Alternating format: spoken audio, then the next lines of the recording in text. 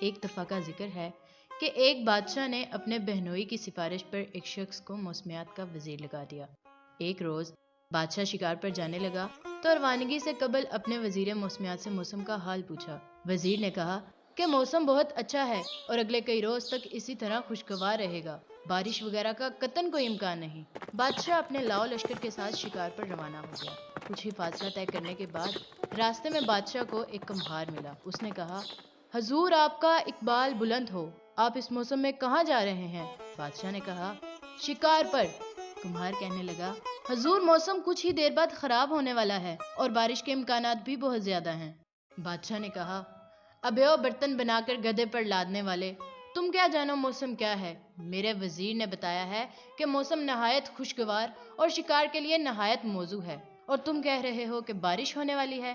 بادشاہ نے ایک مصاحب سے کہا، کمہار کے سر پر 2 جوتے مارے جائیں۔ بادشاہ کے حکم پر فوری عمل ہوا اور کمہار کو 2 جوتے نقد مار کر بادشاہ شکار کے لیے جنگل میں داخل ہو گیا۔ ابھی تھوڑی ہی دیر گزری تھی کہ گھٹا ٹوپ بادل چھا گئے۔ ایک آدھ گھنٹہ بعد گرج چمک کے ساتھ بارش ہونے لگی۔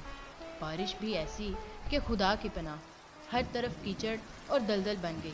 بادشاہ اور مصاحب کو سارا شکار بھول گیا۔ جنگل پانی سے جل تھل ہو گیا۔ ایسے میں خاک شکار ہوتا۔ بادشاہ نے واپسی کا سفر شروع کیا اور برے حالوں میں واپس محل پہنچا۔ واپس آ کر 2 کام کیے۔ پہلا یہ کہ وزیر موسمیات کو برطرف کیا، اور دوسرا یہ کہ کمہار کو دربار میں طلب کیا، اسے انعامات سے نوازا اور وزیر موسمیات بننے کی پیشکش کی۔